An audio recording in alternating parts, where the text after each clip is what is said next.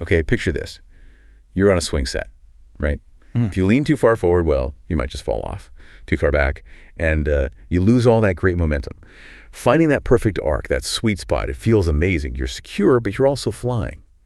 Now, what if that swing set is actually your relationship? How do you find that balance, that perfect arc between, swinging solo and swinging totally in sync with your partner?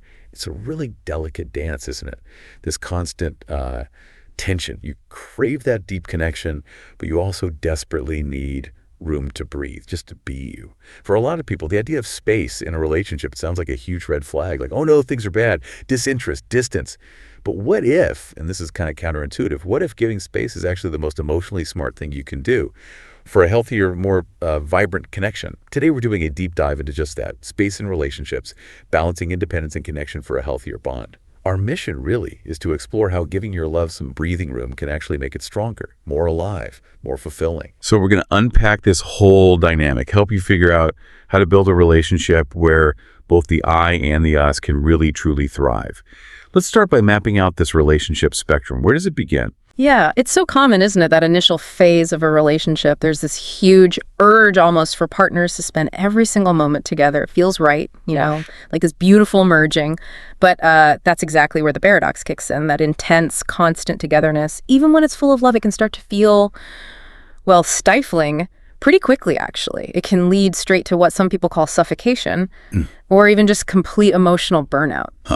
So it's not just more time together equals better relationship. It really sounds like you're walking this fine line, like a tightrope. On one side, you've got that cozy warmth of being together, but lean too far. And you fall into suffocating codependency. Exactly. Oh, right. And then on the other side, there's that, exciting freedom of being independent, but too much of that leaves you in this lonely gap, a chasm of disconnection. Yeah, neither of those sounds like the goal. Definitely not. Not at all. It's really fundamentally about finding that dynamic balance. And what's truly fascinating, I think, is how this mirrors something basic in, physics. Think about Richard Feynman's atomic hypothesis. He basically said, everything's made of atoms, these tiny particles zipping around. They attract each other when they're a little distance apart, but they repel each other, push away when you try to squeeze them too close together. Wow, okay. Atoms? Yeah. How does that connect to something as messy and complicated as, human relationships? The parallel is surprisingly direct, actually. Human connection. It involves a very similar dynamic. There's this strong drive for closeness, that's the attraction, the pull, but there's also this equally vital need for personal space, for independence. That's the repulsion, the pushback. Just like atoms function best with that right distance, healthy relationships, healthy systems work best when these opposing forces are balanced. The problems start when things tip too far one way or the other, too much fusion or total emotional distance. That's a really powerful way to frame it. So let's break down some of these terms you mentioned. Too much independence. What does that actually look like day to day for a couple? Right. So excessive independence is when someone's mostly operating like a totally separate unit. They're thinking their own thoughts, making big decisions, but maybe without really factoring in their partner or the relationship enough. Now, some independence is crucial, obviously, but too much. It can genuinely harm the relationship. It can feel like you're shutting your partner out emotionally. And think about it. If you're always rejecting help or making big life choices alone, that can really chip away at your partner's self-esteem. It sends a message, even if you don't mean it to, that their input doesn't matter. Ouch. Yeah, I can see that. And what about the flip side? The danger of too much closeness, where that independence just vanishes. That's where we often run into codependence. In that state, the lines of who is who get incredibly blurry. It's hard to tell where one person ends and the other begins. This leads to this really unhealthy reliance on each other for, everything. Happiness, decisions, validation. Individuals can totally lose their sense of self, their own voice, all in the name of keeping things smooth or what feels like harmony but isn't really. Okay, so those are the ditches on either side of the road. Where's that sweet spot, that healthy middle ground we're aiming for? That middle ground, the kind of antidote to excessive independence and dependence, is what we call interdependence. It's that safe territory, a balance. It's where you have two strong, independent people who are romantically involved. But, and this is key, They don't sacrifice themselves or lose their individuality for the relationship. They believe in themselves and their own abilities, but they also know how and where to, draw the line. They understand where their personal needs meet the relationship's needs. This is where personal growth and deep connection can actually live side by side harmoniously. That sounds like the dream. Yeah. Okay, so why? Why is having this personal space so fundamental to getting to that interdependent state? Why does giving love room to breathe, as you put it, matter so much? Well, it literally lets love breathe and grow. Think about it like a plant. If the pot's too small, it gets root bound, it can't flourish. Personal space allows for individuality, for personal growth.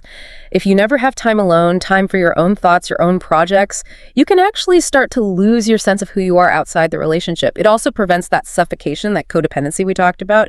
It keeps things fresh, interesting. It often leads to more enthusiasm, more genuine excitement when you do come back together. And maybe, just maybe, the most important part, it improves communication. Because having that space helps you clarify what you actually want and need. When you have that self-awareness, you're way better equipped to speak your mind clearly, maintain healthy boundaries, and ultimately build a stronger, more authentic bond.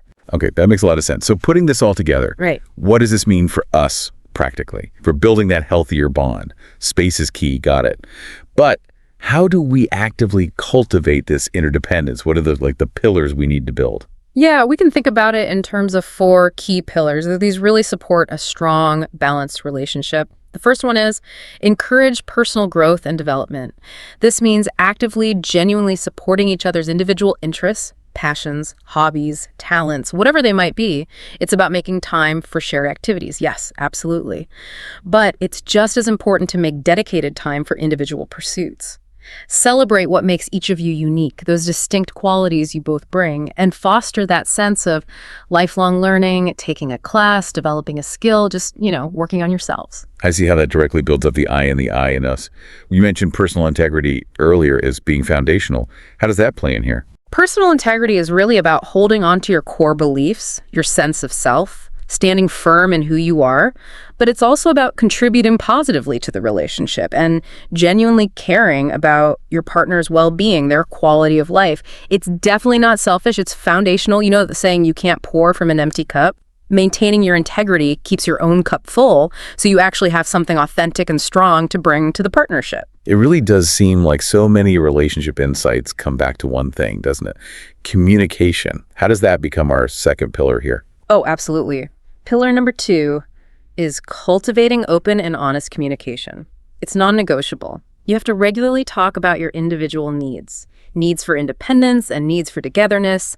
Things change, relationships evolve, so this allows for those necessary adjustments and mutual understanding over time. Practice active listening. That means really tuning in not just to the words, but the nonverbal stuff too, full engagement. And maybe consider scheduling regular check-ins, just dedicated time to talk about how the relationship is feeling, where you might want to grow, address any little concerns before they blow up. I've heard some really interesting points made about the kind of communication when it comes to asking for space.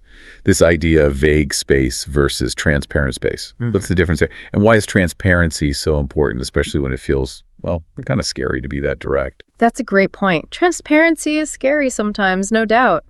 But it is absolutely essential for building trust when it comes to space. If you just say, I need space, that's super vague, it can leave your partner feeling anxious, confused, like maybe they did something wrong or you're avoiding them or planning to ghost them. It really erodes trust. Yeah, the mind can go to some dark places with vagueness. Exactly. So the person asking for space, they should really try to lead with transparency, saying something like, hey, I need a few hours just for myself to recharge, or I need some quiet time tonight to focus on this work thing. That's so much clearer. It clarifies your intention, sets expectations, and actually builds trust because you're being upfront, rather than making your partner guess or worry. That totally shifts the burden. Yeah. Instead of the other person trying to figure it out, the asker is being clear. Makes perfect sense. Okay, so individual growth, check. Crucial communication, check. What's the next building block for this interdependent relationship? Pillar number 3 is to develop healthy boundaries. This flows right from communication, really. It means clearly communicating your own limits and preferences about your time, your personal space, your emotional energy, your availability. You need to practice being assertive, but respectfully. And, crucially, Be willing to listen and adapt when your partner expresses their boundaries. And just as vital, you have to actually respect your partner's boundaries through your actions, not just your words. And why are boundaries so critical for interdependence specifically? Because clear boundaries are what allow both people to feel secure and respected. That feeling of security is the bedrock of trust, and trust is the foundation for any real growth, personal or relational. Boundaries actively help prevent that slide into codependency. They make it clear where you end and others begin. They protect your identity, your energy, your agency within the partnership. Without them, resentment can easily build up, or one person just gets totally overwhelmed. Got it. Okay, pillar number 4. This one feels like it brings us back full circle, balancing out the independence focus, making sure we don't just drift into separate worlds. Exactly right. The 4th pillar is nurture intimacy and connection. Because honoring individuality is vital, yes, but you also have to intentionally dedicate time and effort to emotional intimacy. That's us part. Prioritize quality time. These are specific, scheduled moments where you focus solely on each other, engaging in shared activities you both genuinely enjoy. Maybe share daily rituals. Little things count. A morning coffee together, an evening chat about what you're grateful for. These build consistent connection. And embrace vulnerability. Make real space for those honest conversations, sharing the good stuff and the tough stuff, expressing emotions openly. That's where deep understanding and support happen. Okay, but how do you actually find those shared interests, especially when you're also actively encouraging separate passions? That feels like a bit of a juggling act. It is a juggling act, but it can be a fun one. Finding shared interests doesn't have to be hard. You could, say, explore totally new activities together, maybe a cooking class, hiking a new trail. You could also just take a moment to think back, what did you guys enjoy doing together in the past? Maybe something you've let slide. Look at your individual passions, too. Are there any overlapping areas? Maybe you both like being creative, just in different ways. Find a common project. You can even do something like take personality tests together sometimes. That gives fun insights into compatibility or shared values. Go to local events, workshops, travel, definitely. Share your bucket lists. Find one thing you both want to do and plan it. Even simple things. Bond over movies, TV shows, podcasts, books. Volunteer together for a cause you both believe in. Or get hands-on, DIY projects, cooking something ambitious together. So it's not about ditching your own thing, but more about finding ways to weave your stories together more intentionally. Precisely. Finding shared interests isn't about compromising who you are. It's about enriching your collective story. It's about weaving this beautiful tapestry that celebrates both the U.S. and the I. And also, it's important to remember your partner isn't supposed to meet all your needs. That's too much pressure on one person. Some needs will, and frankly should, be met outside the relationship, friends, family, hobbies, work. That diversification is actually really healthy. Okay, this framework, these pillars, it all sounds fantastic in theory, but life happens, right? Navigating this in the real world, it throws curveballs. This journey to interdependence isn't always smooth sailing, especially when insecurities flare up. It can be incredibly hard to trust your partner's need for space, especially if, say, you have lower self-esteem or maybe more of an anxious attachment style. What do you do then? That feels like a major hurdle. It absolutely is a major hurdle and a deeply personal one. It often requires recognizing that healthy relationships need this healthy space. It's not a rejection. And often it means some significant personal growth work is needed on the part of the person struggling. If you find it really hard to give space, it might be rooted in past experiences or insecurities that honestly need addressing. Sometimes even with professional help, it's okay to need that support.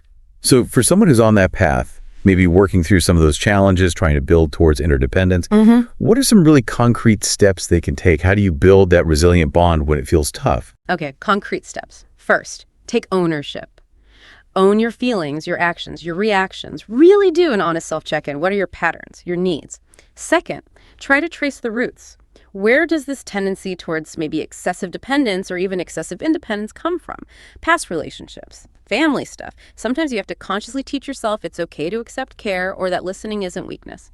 Third, and this is brave, communicate your struggles.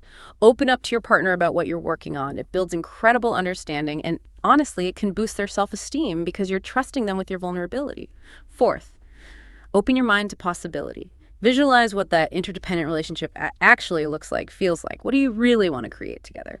Fifth, decide on boundaries together. Agree on what's acceptable. Maybe commit to not making huge life decisions completely alone if it impacts both of you. Involve each other. And finally, maybe the most important daily practice.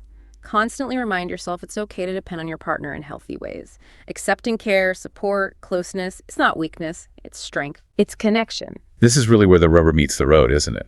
Seeing how actual couples navigate this. Let's talk about that story you mentioned, Sarah and Ben. Give us the picture. Right, Sarah and Ben. So Sarah, the younger sister, always kind of the family peacekeeper, often sought closeness, reassurance. Ben, her older brother, his go-to coping mechanism for stress was retreating, diving into music, studies, just his own world. This pattern just continued into adulthood. Sarah would reach out for connection, Ben would pull back, keep his distance. Okay, classic dynamic. Totally. So when Sarah's wedding was coming up, naturally she started calling Ben more, trying to involve him, share the excitement, get his input. But the more Sarah reached out, the shorter, more detached Ben's replies became. Sarah felt hurt, so she tried even harder. Which is exactly Feynman's atoms getting squeezed. Exactly. It caused that repulsion. Ben felt totally overwhelmed, started actually avoiding her calls. Their attempts at connection were just triggering withdrawal and more distance. It was a painful cycle. Ugh, yeah. So how did they break out of that? It sounds really stuck. They ended up getting some help, therapy rooted in family systems theory, which basically looks at how these ingrained family patterns affect us. They learned about this concept called differentiation of self, which is essentially your ability to stay, you maintain your own thoughts, feelings, identity, even when you're deeply connected to important people. Sarah started to see how her intense need for constant reassurance wasn't just about Ben, but tied into deeper family stuff. She began practicing self-regulation, learning to pause, breathe, before instinctively dialing Ben, giving him space, and Ben. He explored why emotional closeness felt so uncomfortable for him. He practiced staying a bit more open, but also setting gentle, transparent boundaries, like instead of avoiding calls, agreeing to a regular weekly chat. Transparency again. Exactly. And slowly, their relationships started to shift.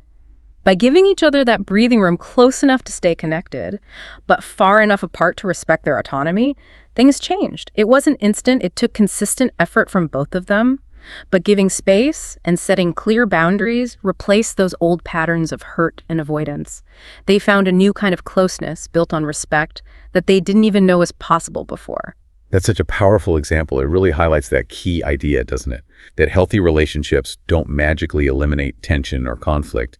They learn how to manage it. To facilitate that natural push and pull that creates a kind of dynamic equilibrium.